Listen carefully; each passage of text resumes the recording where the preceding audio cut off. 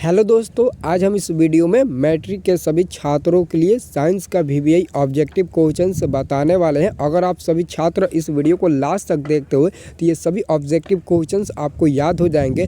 मानते हैं दोस्तों कई सारे ऑब्जेक्टिव प्रश्न होंगे जो आपको पहले से याद होगा, लेकिन अगर आप लोग फिर भी इस वीडियो को लास्ट तक देखते हो तो उसका रिविज़न भी हो जाएगा और जो क्वेश्चन आपको याद नहीं होगा पहले से वो क्वेश्चन इस वीडियो में याद भी हो जाएगा। तो आप लोग इस वीडियो को स्किप मत करना, वीडियो को शुरू से लेकर अंत तक देखना और एक एक क्वेश्चन को बारी बारी से याद कर लेना और जो याद हो गया उसका रिवीजन भी आप लोग इस वीडियो में दे भी देना, ठीक है। क्योंकि दोस्तों आपका जो मैट्रिक एग्जाम है बहुत ही नज़दीक आ चुका है। अगर आप लोग अभी से और अच्छे से पढ़ाई नहीं करते हो तो आपका अच्छा नंबर नहीं आ पाएगा। इसलिए आप लोग अभी से और अच्छे से पढ़ाई कीजिए, मेहनत कीजिए, आपका नंबर बहुत ही अच्छा आएगा। और साथ में अगर आप लोग हमारे इस चैनल की मदद से पढ़ते हो तो 400 प्लस नंबर तो आपका पक्का आएगा, क्योंकि इसके पहले साल दोस्तों कई सारे छात्र 400 प्लस नंबर लाए तो हमारे इस चैनल की मदद से पढ़ाई करके, ठीक है। तो अगर आप भी इस चैनल पर नए आए हैं तो चैनल को सब्सक्राइब कर लीजिएगा और साथ में इस बेल आइकन को भी प्रेस कर दीजिएगा ताकि हमारा जो भी अगला वीडियो का नोटिफिकेशन आएगा तो आपके पास तुरंत पहुंच जाएगा, ठीक है। तो चलिए अब हम वीडियो की शुरुआत करते हैं। सभी लोग ईमानदारी से इस वीडियो को लाइक कर देना, ठीक है।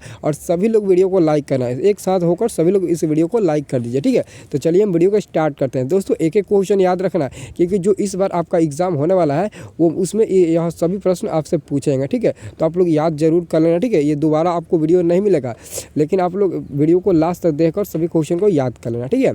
यहाँ पर दोस्तों सबसे हम पहला प्रश्न देखेंगे, ठीक है। इसका कलर चेंज कर लेते हैं, ठीक है। इसका कलर रेड कर लेते हैं, ठीक है, ताकि आपको कोई समझने में दिक्कत ना हो, ठीक है। तो पहला प्रश्न है कि हजामत में प्रयुक्त दर्पण निम्नलिखित में कौन होता है। हजामत कहिए या फिर दाढ़ी कहिए। तो हजामत या फिर दाढ़ी बनाने में किस दर्पण का हम लोग उपयोग करते हैं, तो आप लोग याद रखना अवतल दर्पण का हम लोग उपयोग करते हैं। आंसर आपका ए नंबर सही होगा। अगला क्वेश्चन है निम्नलिखित में कौन लेंस का आवर्धन होता है। निम्नलिखित में कौन लेंस का आवर्धन होता है। तो छात्रों याद रखना भी बटे यू होता है। क्या होता है? भी बटे यू। आपका आंसर डी नंबर होगा, ठीक है। अब दोस्तों हम लोग अगला क्वेश्चन देखेंगे, भी बटे यू। अगला क्वेश्चन देखेंगे। अगला क्वेश्चन कहता है किस चालक की विद्युत प्रतिरोधकता निर्भर करती है। तो याद रखना छात्रों उसकी चालक की लंबाई पर निर्भर करती है और चालक के क्षेत्रफल पर भी और उसकी प्रकृति पर भी।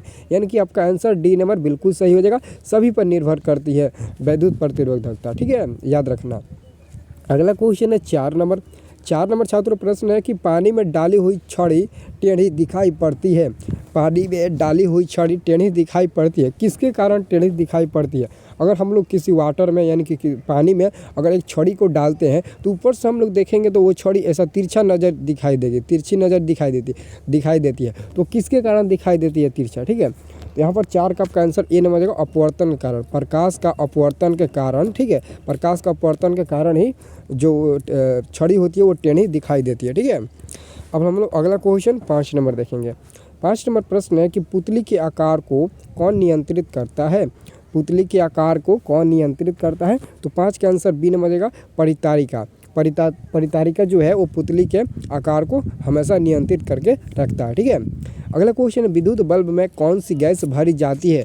विद्युत बल्ब में कौन सी गैस भरी जाती है। ऐसे में दोस्तों देखें तो ज़्यादातर विद्युत बल्ब में नाइट्रोजन गैस भरी जाती है, लेकिन दोस्तों यहाँ पर नाइट्रोजन, ऑक्सीजन और हीलियम ये सभी मतलब कि गैस तो नहीं भरी जाती है, लेकिन नाइट्रोजन और हीलियम मतलब ज़्यादातर नाइट्रोजन भरी जाती है और उसके बाद से हीलियम। तो हीलियम भी भरी जाती है और नाइट्रोजन भी भरी जाती है। तो यहाँ पर दिया है ऑप्शन नंबर डी में कि बी और सी दोनों आपका आंसर होगा, ठीक है। तो आप लोग इसी पर टिक लगाइएगा क्योंकि नाइट्रोजन और हीलियम दोनों प्रकार के गैस भरी जाती है, ठीक है। याद रखना आपका आंसर छठा का डी नंबर होगा, ठीक है। अगला क्वेश्चन 7 नंबर देखिए। 7 नंबर प्रश्न कहता है फ्यूज तार किन दो धातुओं का मिश्र धातु है। फ्यूज तार किन दो धातुओं का मिश्र धातु होता है। छात्रों याद रखना फ्यूज तार सीसा और टिन के मिश्र धातुओं का मिश्र धातु होता है, ठीक है। फ्यूज तार क्या होता है? सीसा और टिन के मिश्र धातुओं का धातु होता है। अगला क्वेश्चन है 1 किलोवाट घंटा का मान है। 1 किलोवाट घंटा का मान क्या होता है। तो याद रखना 3.6 इंटू 10 के पावर 6 जूल के बराबर होता है। 1 किलोवाट घंटा 3.6 इंटू 10 के पावर 6 के जूल के बराबर होता है, ठीक है। इसका आंसर आपका सी नंबर सही होगा, ठीक है। दोस्तों अभी तक इस वीडियो को लाइक नहीं किए हो तो प्लीज़ वीडियो को लाइक कर दीजिए सभी लोग, ठीक है। जो भी लाइक नहीं किए हैं वो, ठीक है। नौ नंबर प्रश्न है कि विद्युत धारा के चुंबकीय प्रभाव की खोज किसने की थी। विद्युत धारा के चुंबकीय प्रभाव की खोज ऑस्टेड नामक वैज्ञानिक ने किया था। इसका विद्युत चुंबकीय धारा के प्रभाव का खोज ऑस्टेड नामक वैज्ञानिक ने किया था। आंसर आपका बी नंबर इसका सही होगा। ठीक है, स्विच लगाए जाते हैं। अब यहाँ पर बताइए तो स्विच तार किस में लगाए जाते हैं। तो याद रखना, स्विच जो तार होते हैं वो हमेशा गर्म तार में ही लगाए जाते हैं, वो हमेशा गर्म तार में ही लगाए जाते हैं। आंसर आपका बी नंबर सही होगा। ठीक है, याद रहेगा। अब दोस्तों अगला क्वेश्चन देखिए, निम्नलिखित में कौन अनवीकरणीय ऊर्जा का स्रोत नहीं है। निम्नलिखित कौन अनवीकरणीय ऊर्जा का जो स्रोत है वो नहीं है। तो 11 का आपका सही आंसर क्या होगा, सी नंबर होगा। बायोगैस, जिसको हम लोग बायोमास के भी नाम से जानते हैं, बायोगैस कहिए फिर बायोमास कहिए, दोनों का मतलब एक ही हुआ। ठीक है, अब 12 नंबर प्रश्न देखिए, 12 नंबर प्रश्न कहता है कि सौर कुकर के लिए कौन सा दर्पण सर्वाधिक उपयुक्त है। तो सौर कुकर में भी हम लोग अवतल दर्पण का ही उपयोग करते हैं। याद रखना, सौर दर्पण में भी हम लोग अवतल दर्पण का ही प्रयोग करते हैं। जैसे हम लोग दाढ़ी बनाने में या फिर सोलर कुकर में अवतल दर्पण का उपयोग करते हैं, ठीक वैसे ही सौर कुकर में सबसे ज़्यादा हम लोग अवतल दर्पण का उपयोग करते हैं। ठीक है, याद रहेगा। अगला क्वेश्चन, विद्युत जनित्र का सिद्धांत आधारित है। विद्युत जनित्र का जो सिद्धांत आधारित होता है वो विद्युत चुम्बकीय प्रेरण के सिद्धांत पर कार्य करता है। ठीक है, याद रखना, आपका आंसर यहाँ पर बी नंबर हो जाएगा। अगर कोई पूछे या फिर आपके बोर्ड एग्जाम में ही पूछ दे, या क्वेश्चन कई बार पूछा भी जा चुका है कि विद्युत जनित्र किस सिद्धांत पर कार्य करता है, तो आप लोग बता देना विद्युत चुम्बकीय प्रेरण के सिद्धांत पर कार्य करता है। ठीक है, याद रहेगा। अब अगला क्वेश्चन देखिए, सीएनजी का पूर्ण नाम है। सीएनजी का मतलब पूरा नाम क्या है। ठीक है, तो याद रखना, सीएनजी का पूरा नाम क्या है दोस्तों। यहाँ पर 14 का आंसर क्या होगा, सी नंबर देगा। संपीड़न प्राकृतिक गैस यानी कि नेचुरल गैस है। संपीड़न नेचुरल गैस यानी कि आपका आंसर आपका सी नंबर सही होगा। ठीक है, अगला क्वेश्चन देखिए, मानव आँख में प्रतिबिंब कहाँ बनता है।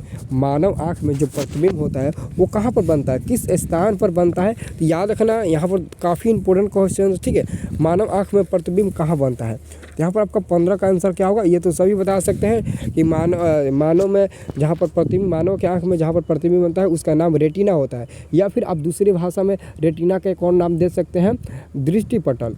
दृष्टिपटल रेटिना का हिंदी नाम होता है। ठीक है, लेकिन यहाँ पर इंग्लिश में रेटिना नाम दे दिया है। ठीक है, तो आप लोग रेटिना भी याद रखना और साथ में दृष्टिपटल भी याद रखना। ठीक है, दोनों, अगर दोनों में से कोई एक रहे तो आप दोनों में से किसी पर भी टिक लगा सकते हैं, लेकिन याद रखना कोई एक रहेगा ऑप्शन में, दोनों एक साथ नहीं रह सकता। या में दे सकता है रेटिना या दृष्टिपटल, ऐसे दे सकता है, लेकिन दोनों दो ऑप्शन में नहीं दे सकता। ठीक है, एक ही देगा ऑप्शन में। ठीक है, अगला क्वेश्चन है, समीकरण सोडियम बाइकार्बोनेट से अभिक्रिया करके sodium carbonate plus carbon dioxide और जल का निर्माण कर रहा है। तो यह किस प्रकार की समीकरण है।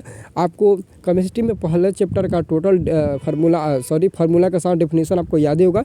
जैसे संयोजन अभिक्रिया, वियोजन अभिक्रिया, उदासीनीकरण अभिक्रिया, अवक्षेपण, उष्माक्षेपीय अभिक्रिया, वियोजन अभिक्रिया, द्विविस्थापन, एकल विस्थापन, ये सभी डेफिनेशन आपको तो याद ही होगा, साथ में उसका समीकरण भी याद होगा। अगर याद होगा तो इन चारों में से अगर याद होगा, यहाँ पर देखिए एक बात समझिए, ये तो उदासीनीकरण अभिक्रिया नहीं होगा, क्योंकि उदासीनीकरण अभिक्रिया कहता है कि जब किसी रासायनिक अभिक्रिया के दौरान अम्ल और क्षार आपस में अभिक्रिया करके लवण और जल का निर्माण करते हैं, तब उसे हम लोग उदासीनीकरण अभिक्रिया कहते हैं। लेकिन उसका नियम का पालन नहीं कर रहा है। और संयोजन अभिक्रिया करता है जब दो या दो से अधिक पदार्थ संयोग करके एक नए पदार्थ का निर्माण करता है, तब उसे हम लोग संयोजन अभिक्रिया करते हैं। लेकिन दो या दो से अधिक नहीं है, ये तो सिंगल एक है, एक मतलब कि पदार्थ है। तो पक्का समझिए, ए नहीं होगा और ना ही डी होगा। अब बी में और सी में हम लोग देखेंगे। अब हम लोग क्या देखेंगे, बी और सी में देखेंगे। ठीक है, तो बी में हम क्या देखेंगे, तो बी में वियोजन अभिक्रिया कर रहा है। वियोजन अभिक्रिया में कहता है कि जब एक पदार्थ टूटकर दो या दो से अधिक नए पदार्थ का निर्माण करता है, तब उसे हम लोग वियोजन अभिक्रिया कहते हैं। तो यही आपका आंसर सही होगा, वियोजन अभिक्रिया। आंसर आपका बी नंबर राइट आंसर होगा। ठीक है, याद रहेगा, 16 का आंसर क्या हो जाएगा, बी नंबर राइट हो जाएगा। अब अगला देखेंगे, संगमरमर का रासायनिक सूत्र है। तो याद रखना, संगमरमर का एक और नाम होता है खरिया, जिसे हम लोग चूना पत्थर भी कहते हैं। खरिया या फिर चूना पत्थर या फिर आप संगमरमर कहिए। तो संगमरमर का रासायनिक सूत्र CaCO3 होता है, कैल्शियम कार्बोनेट। आंसर आपका सी नंबर बिल्कुल सही होगा। अगला क्वेश्चन है, श्वसन किस प्रकार की रासायनिक अभिक्रिया है। अगर आपको उष्माक्षेपी रासायनिक अभिक्रिया याद होगा तो उसके नीचे में आप लिखे होंगे कि श्वसन उष्माक्षेपी अभिक्रिया को श्वसन अभिक्रिया के नाम से भी हम लोग जानते हैं। तो श्वसन एक उष्माक्षेपी अभिक्रिया है। 18 का आंसर आप लोग याद रखना, सी नंबर बिल्कुल सही होगा। ठीक है, अब दोस्तों यहाँ पर अगला क्वेश्चन देखिए, काफ़ी इंपॉर्टेंट है। अब लोग अगला क्वेश्चन देखेंगे 19 नंबर। दोस्तों सभी लोग वीडियो को लाइक कर दीजिए यार, कोई वीडियो को अभी तक लाइक नहीं किया है, सभी लोग लाइक कर दीजिए, ठीक है। और सभी लोग कमेंट करिए, ठीक है। सभी लोग कमेंट करके बताते रहिए कि कौन सा आंसर कौन सा सही है, ठीक है, किस क्वेश्चन का कौन सा आंसर सही है, ठीक है। 19 नंबर प्रश्न है कि सोने की परमाणु संख्या है, जो सोना होता है गोल्ड सोना, उसका परमाणु संख्या क्या होता है? तो याद रखना सी नंबर आंसर होगा 79 यानी कि 79। सोना का परमाणु संख्या क्या होता है? 79 होता है। आंसर आपका क्या होगा? आंसर आपका यहाँ पर दोस्तों क्या हो जाएगा? सी नंबर हो जाएगा। ऑक्सीजन की संयोजकता क्या है? संयोजकता यानी कि वैलेंसी क्या है? ऑक्सीजन का वैलेंसी क्या होता है दोस्तों? याद रखना 2 होता है। ऑक्सीजन की वैलेंसी क्या होता है? 2 होता है, याद रखना, ठीक है। यानी कि ऊपर -2 रहता है, वही पूछा जा रहा है, ठीक है। अगला क्वेश्चन, ऑक्जेलिक अम्ल का प्राकृतिक स्रोत क्या है? ऑक्जेलिक अम्ल, टमाटर में ऑक्जेलिक अम्ल पाया जाता है, याद रखना। सभी क्वेश्चन है, संतरा, टमाटर, इमली, सिरका, जैसे इमली में टार्टेरिक अम्ल पाया जाता है, दही में लैक्टिक अम्ल पाया जाता है, ठीक वैसे ही टमाटर में ऑक्जेलिक अम्ल पाया जाता है, ठीक है। याद रहेगा, सभी लोग याद कर लेना, ठीक है। विरंजक चूर्ण आणविक सूत्र है, विरंजक चूर्ण का आणविक सूत्र क्या होता है? तो CaOCl2 यानी कि कैल्शियम ऑक्सीक्लोराइड विरंजक चूर्ण का रासायनिक सूत्र होता है। आंसर आपका बी नंबर सही होगा। अगला क्वेश्चन है, एक्वा रेजियम मिश्रण में HCl एवं HNO3 का अनुपात है। HNO3 का अनुपात क्या होता है एक्वा रेजियम मिश्रण में, ठीक है। तो 23 का फाइनली आपका आंसर क्या होगा? 23 का फाइनली आंसर बी नंबर हो जाएगा, 1:3 होता है, इसका 1 इसका 3, ठीक है। बेकिंग पाउडर का आणविक सूत्र है, बेकिंग पाउडर का आणविक सूत्र क्या होता है? सोडियम बाइकार्बोनेट, जिसको हम लोग सोडियम हाइड्रोजन कार्बोनेट भी कहते हैं। तो यहाँ पर NaHCO3 हो जाएगा, यानी कि आपका आंसर सी नंबर बिल्कुल सही होगा। अगला क्वेश्चन यहाँ पर देखिए, अगला क्वेश्चन है 25 नंबर। 25 नंबर क्वेश्चन कहता है कि कौन सा अधातु कमरे के ताप पर तरल अवस्था में पाया जाता है? कौन सा अधातु कमरे के ताप पर तरल अवस्था में पाया जाता है? तो एक बात यहाँ पर आप लोग ध्यान देना, अगर आपसे अधातु पूछे तो आप ब्रोमीन पर टिक लगाना, लेकिन सेम टू सेम क्वेश्चन यही रहे, केवल अधातु के जब अगर धातु कह दे तो वहाँ पर आप लोग पारा पर टिक लगा देना, क्योंकि धातु पारा होता है और अधातु ब्रोमीन यहाँ पर हो जाएगा, ठीक है। तो क्वेश्चन इस क्वेश्चन के अनुसार अधातु के अनुसार ब्रोमीन आपका आंसर सही होगा 25 का, ठीक है। ताम्र एवं टीन के मिश्र धातु को कहते हैं, ताम्र एवं टीन के मिश्र धातु को हम लोग क्या कहते हैं? तो कांसा कहते हैं। आंसर आपका ए नंबर होगा, याद रखना। अयस्क में उपस्थित अपद्रव्य क्या कहलाते हैं? तो गैंग कहलाते हैं, ठीक है। आंसर क्या होगा? 27 का आंसर सी नंबर हो जाएगा, क्योंकि अयस्क में उपस्थित अशुद्धियों को अपद्रव्य मतलब कि अशुद्धियाँ होता है, ठीक है। तो अपद्रव्य का मतलब अशुद्धियाँ, तो अयस्क में उपस्थित अशुद्धियों को हम लोग क्या कहते हैं? तो गैंग कहते हैं। यह कई बार क्वेश्चन पूछा भी जा चुका है, 2 नंबर में भी पूछा गया है और 1 नंबर में भी पूछा गया है। अगला क्वेश्चन, एल्केन का सामान्य सूत्र है, तो याद रखना एल्केन का सामान्य सूत्र क्या होता है? CnH2n+2 होता है, +2 होता है, ठीक है, याद रखना। 28 का आपका आंसर ए नंबर होगा। एल्केन का सामान्य सूत्र CnH2n+2 होता है, ठीक है। अब दोस्तों हम लोग अगला क्वेश्चन 29 नंबर देखेंगे। 29 नंबर प्रश्न है छात्रों कि एसिटिक अम्ल का यूपेक नाम है, एसिटिक अम्ल का यूपेक नाम क्या होता है? तो 29 का जो फाइनली आंसर होगा वो आपका ए नंबर होगा, एथेनोइक अम्ल। एसिटिक अम्ल का एथेनोइक अम्ल यूपेक नाम में होता है, ठीक है। अगला क्वेश्चन है क्या दिया? ग्रेटर देन और लेस देन इक्वल टू वो दिया है। अभिक्रियाशील मूलक को क्या नाम है? अभिक्रियाशील मूलक का क्या नाम है? तो 30 का आपका फाइनली आंसर ए नंबर होगा, कीटोन कहते हैं। क्या कहते हैं? हम लोग इसे कीटोन के नाम से जानते हैं, ठीक है, याद रखना। अगला क्वेश्चन है दोस्तों यहाँ पर 31 नंबर प्रश्न है कि आधुनिक आवर्त नियम के अनुसार तत्वों के गुणधर्म निम्नलिखित में किसके आवर्त फलन होते हैं? आधुनिक आवर्त नियम के अनुसार तत्वों के गुणधर्म निम्नलिखित में किसके आवर्त फलन होते हैं? 31 का फाइनली आंसर बी नंबर सही होगा, परमाणु संख्याओं का आवर्त फलन होते हैं, ठीक है। आवर्त सारणी के शून्य समूह का तत्व कौन है? तो हीलियम हो जाएगा। क्यों हीलियम होगा? तो हीलियम ग्रुप 18 का तत्व है और ग्रुप 18 का जितने भी तत्व होते हैं वो सभी के सभी शून्य वर्ग के तत्व कहलाते हैं, क्योंकि ग्रुप 18 में जितने भी तत्व हैं उन सभी का वैलेंसी हमेशा 0 होता है, इसलिए हम लोग उसे शून्य वर्ग के नाम से भी जानते हैं, ठीक है, या फिर हीलियम सक्रिय तत्व के नाम से भी जानते हैं। अगला क्वेश्चन, निम्नलिखित में कौन सबसे अधिक अभिक्रियाशील है? अधिक अभिक्रियाशील पूछा जा रहा है कौन सा है, ठीक है। निम्नलिखित में कौन सबसे अधिक अभिक्रियाशील है? यहाँ पर दोस्तों 33 का आंसर क्या होगा? 33 का आंसर ए नंबर होगा, कॉपर। कपड़ ऑप्शन के अनुसार सबसे ज़्यादा अधिक अभिक्रियाशील है। ठीक है, मेंडलीव के आवर्त नियम में तत्व वर्गीकरण का आधार क्या है?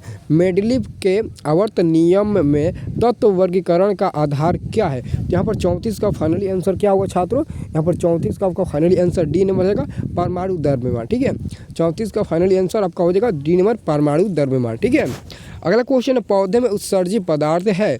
35 नंबर प्रश्न है कि पौधे में उत्सर्जित पदार्थ है। पौधे में उत्सर्जित पदार्थ क्या होते हैं छात्रों? तो याद रखना डी नंबर होगा, सभी होते हैं। रेजिन होता है, टैनिन होता है, गोंद होता है, सभी होता है। ठीक है, अगला क्वेश्चन है, मछली के हृदय में कितने कोष्ठक होते हैं? मछली के हृदय में कोष्ठकों की संख्या कितनी होती है? तो याद रखना मछली के हृदय में कोष्ठकों की संख्या 2 होती है। ठीक है, याद रखना कोष्ठकों की संख्या कितनी होती है? 2 होती है। 36 का आंसर आपका ए नंबर सही होगा। अगला क्वेश्चन, अमीबा अपना भोजन कैसे पकड़ता है? अमीबा अपना भोजन कैसे पकड़ता है? 37 का आंसर सी नंबर जाएगा, कुटपाद के द्वारा अमीबा अपना भोजन पकड़ता है, यानी कि अमीबा अपना भोजन कुटपाद के द्वारा ही पकड़ता है। हृदय से रक्त को संपूर्ण शरीर में पंप किया जाता है। हृदय से रक्त को संपूर्ण शरीर में पंप किया जाता है तो किसके द्वारा? निलय के द्वारा या फिर फेफड़ों के द्वारा? तो 38 का आंसर बी नंबर जाएगा, निलय के द्वारा किया जाता है। ठीक है, पंप निलय के द्वारा ही किया जाता है। बायोलॉजी का क्वेश्चन है। ठीक है, 39 नंबर प्रश्न है, मानव लाल रक्त कणिकाओं की जीवन अवधि होती है। मानव लाल रक्त कणिकाओं की जीवन अवधि होती है। 39 का आंसर आपका होगा यहाँ पर बी नंबर, 120 दिन की होती है। ठीक है, इंसुलिन की कमी से कौन सा रोग होता है?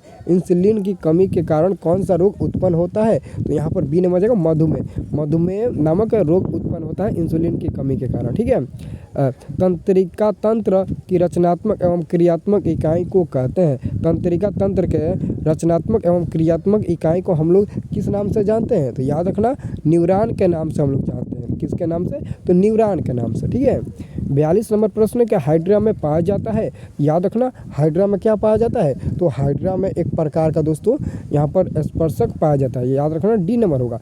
मनुष्य के शरीर की सबसे बड़ी ग्रंथि क्या है? तो मनुष्य के शरीर की सबसे बड़ी ग्रंथि का नाम है यकृत।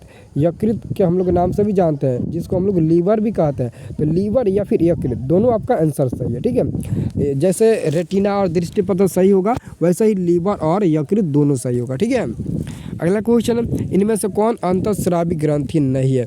इनमें से कौन अंतःस्रावी ग्रंथि नहीं है? तो 44 का फाइनली आपका आंसर बी नंबर होगा, बियोनरी ग्रंथि, जो मतलब कि अंतःस्रावी ग्रंथि के श्रेणी में नहीं आता है। अगला क्वेश्चन है, बीजरहित फलों के बनने को कहते हैं। बीजरहित फलों के बनने को क्या कहते हैं? तो 45 का आपका फाइनली आंसर ए नंबर होगा, अनिषेक फल कहते हैं। अनिषेक फल कहते हैं। ठीक है, अगला क्वेश्चन, पुंकेसर पुष्प का कौन सा जननांग है? पुंकेसर पुष्प का कौन सा जननांग है? यहाँ पर 46 का आपका फाइनली आंसर ए नंबर होगा, नर। ठीक है, याद रखना 46 का फाइनली आंसर नर होगा। ठीक है, अगला क्वेश्चन है, शुक्राणु का मोचन कहाँ होता है? अथवा शुक्राणु कहाँ बनता है? शुक्राणु का मोचन कहाँ होता है, या फिर अथवा में शुक्राणु कहाँ बनता है और उसका मोचन कहाँ होता है? तो 47 का आपका फाइनली आंसर क्या होगा? 47 का फाइनल आंसर बी नंबर होगा, शुक्रवाहिका वृषण। ठीक है, आंसर आपका बी नंबर सही होगा। मेंडल के एक संकरण प्रयोग के F2PD में जीन प्रारूपी अनुपात का क्या पाया गया? तो 48 का आपका फाइनली आंसर सी नंबर होगा, 1:2:1, यानी कि आपका आंसर 1:2:1 होगा। ठीक है, अनुपात में।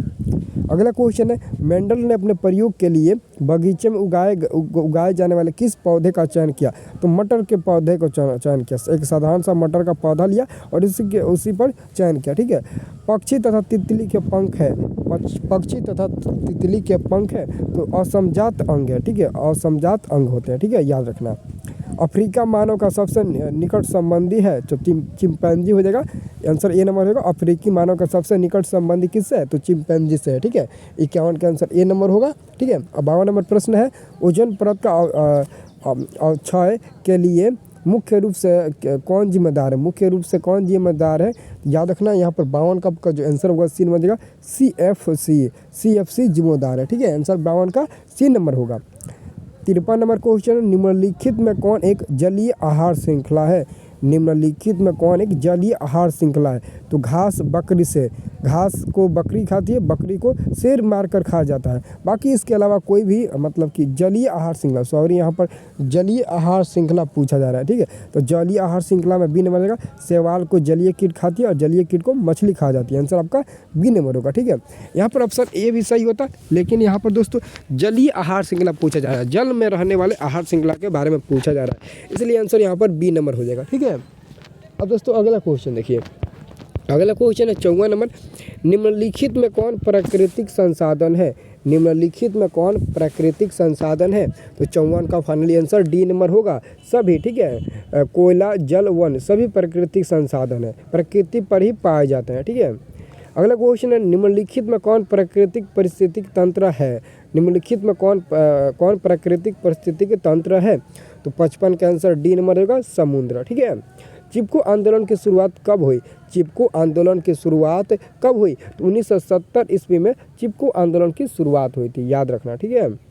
अगला क्वेश्चन है, तीन आर में दूसरे आर का अर्थ है, 3 आर होते हैं जिसमें से दूसरे आर का क्या संबंध होता है, ठीक है। तो 57 का फाइनली आंसर ए नंबर का रिसाइकल, ठीक है। रिसाइकल दूसरे आर का अर्थ होता है। निम्नलिखित में कौन जैव अनवीकरणीय पदार्थ है? निम्नलिखित में कौन जैव अनवीकरणीय पदार्थ है? 58 का आंसर ए नंबर होगा, DDT, ठीक है। DDT 58 का आंसर ए नंबर होगा।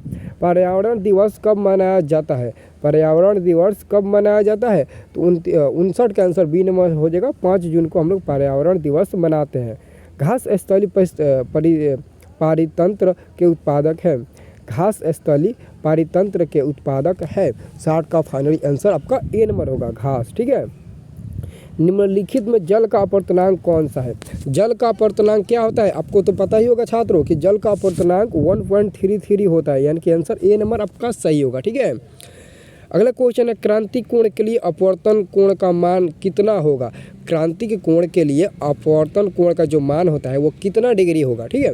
यहाँ पर 62 का आंसर होगा, सी नंबर 90 डिग्री का होगा। क्रांति कोण के लिए अपवर्तन कोण का मान 90 डिग्री यानी कि समकोण होता है, ठीक है। अगला क्वेश्चन है, निर्गत किरण एवं अभिलंब के बीच के कोण को कहते हैं? निर्गत किरण एवं अभिलंब के बीच के कोण को हम लोग क्या कहते हैं? तो 63 का आपका जो फाइनली आंसर होगा वो यहाँ पर बी नंबर रहेगा, परिवर्तन कोण कहते हैं। निर्गत किरण एवं अभिलंब के बीच को हम लोग परिवर्तन कोण कहते हैं, ठीक है। और अभिलंब और निर्गत किरण और आपतित किरण के बीच को, अभिलंब और आपतित किरण के बीच को हम लोग आपतन कोण कहते हैं, और निर्गत किरण और अभिलंब के बीच को परिवर्तन कोण कहते हैं। इसको कोण आई बराबर कोण आपको तो पता ही होगा, ठीक है। साइड मिरर के रूप में प्रयुक्त होता है, तो साइड मिरर के रूप में यानी कि साइड लेते समय हम लोग किस दर्पण का वहाँ पर प्रयोग करते हैं, ठीक है। यहाँ पर 64 का आंसर क्या होगा? बी नंबर होगा, उत्तल दर्पण का हम लोग प्रयोग करते हैं, ठीक है। अगला क्वेश्चन, फोटोग्राफिक कैमरा का अभिदृश्यक होता है? फोटोग्राफिक कैमरा का अभिदृश्यक होता है। यहाँ पर आपका 65 का आंसर क्या होगा? 65 का आंसर ए नंबर हो जाएगा, उत्तल लेंस होता है, ठीक है। विद्युत फ्यूज आधारित होता है, तो विद्युत फ्यूज धारा के उसमें प्रभाव पर आधारित होता है, यानी कि आंसर आपका 66 का ए नंबर बिल्कुल सही होगा, ठीक है। आंसर आपका ए नंबर बिल्कुल सही होगा, ठीक है। अगला क्वेश्चन है, हमारे घरों में जो विद्युत आपूर्ति की जाती है वह, तो हमारे घर में जो विद्युत आपूर्ति की जाती है 220 वोल्ट प्रति धारा पर की जाती है। 67 का आंसर आपका सी नंबर होगा। 68 नंबर प्रश्न है कि विद्युत चुम्बक बनाने के लिए प्रायः किस पदार्थ के छड़ का उपयोग होता है? विद्युत चुम्बक बनाने के लिए प्रायः हम लोग किस छड़, नरम लोहा, यानी कि आपका आंसर सी नंबर होगा, नरम लोहा का हम लोग प्रयोग करते हैं, ठीक है, याद रहेगा। अब दोस्तों हम लोग अगला क्वेश्चन देखेंगे। अगला क्वेश्चन है, 1,2 और 3 ओम के 3 प्रतिरोधों को श्रेणी क्रम में जोड़ने पर समतुल्य प्रतिरोध क्या होगा? तो श्रेणी क्रम में जोड़ेंगे तो R बराबर क्या होगा? R1 + R2 + R3 होगा। तो तीनों को जोड़ दीजिए, 1 + 2 + 3, तो जोड़ेंगे तो 6 मिलेगा, तो आपको फाइनली समतुल्य प्रतिरोध 6 ओम ही मिलेगा। अगर श्रेणी क्रम में कहे तो सीधा सीधी जोड़ना, अगर वही आपको कह दे समांतर क्रम में तो 1/R बराबर क्या हो जाएगा? 1/R1 + 1/R2 + 1/R3। अगर समांतर क्रम में कहे तब, लेकिन श्रेणी क्रम में कहा जा रहा है तो सीधा सीधी इसको जोड़ के हम लोग आंसर ला देंगे, ठीक है। 70 नंबर प्रश्न है, गैर परंपरागत ऊर्जा स्रोत का एक उदाहरण क्या है। यहाँ पर 70 का आपका फाइनली आंसर क्या होगा। 70 का यहाँ पर दोस्तों आंसर आपका ए नंबर सही होगा। ठीक है, 70 का आंसर सौर ऊर्जा ए नंबर होगा। निम्नलिखित में कौन अवकारक गुण प्रदर्शित करता है, तो H2S हो जाएगा, जो अवकारक गुण को प्रदर्शित करता है और यह एक प्रकार का अवकारक भी है। ठीक है, याद रखना। अगला क्वेश्चन, दूध से दही बनना कैसा परिवर्तन है, तो रासायनिक परिवर्तन हो जाएगा। दूध से दही बनना एक प्रकार का रासायनिक परिवर्तन है। तो 72 का आंसर आपका सी नंबर हो जाएगा। ठीक है, सिल्वर क्लोराइड का रंग कैसा है। सिल्वर क्लोराइड का रंग कैसा है, तो श्वेत होता है। सिल्वर क्लोराइड का रंग श्वेत होता है। ठीक है, याद रखना। धातु के ऑक्साइड होते हैं। 74 का फाइनल आंसर क्या होगा। धातु के ऑक्साइड क्या होते हैं, तो धातु के ऑक्साइड क्षारक होते हैं और अधातु ऑक्साइड अम्लीय होता है। बेंजीन बहुलक है। बेंजीन बहुलक क्या है दोस्तों, याद रखना। बेंजीन बहुलक आपका एसिटिलीन का है। बेंजीन बहुलक एसिटिलीन का उदाहरण है। ठीक है, अगला क्वेश्चन है यहाँ पर सी, यहाँ पर है। अब सिंपल में दोस्तों समझिए, सिंपल में इसको समझिए। C double bond C single bond C double O H.